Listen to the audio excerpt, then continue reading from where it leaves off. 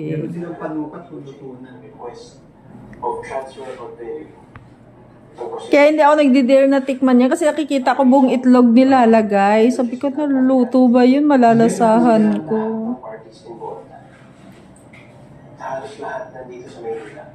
The family of the victim, Ayun o, itlog buo. si Lorena. Everything is Tatry ko yan mamaya. kaya ng piskal. Ang pambutas ko dito, ito ay aking kakagatin. There you go. Buti meron.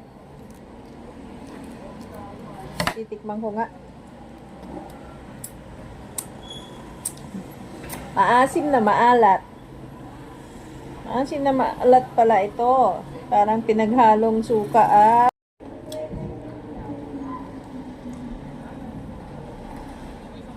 okay lang. Talagang 70 pesos. Pwede na. Bye for now. That's it.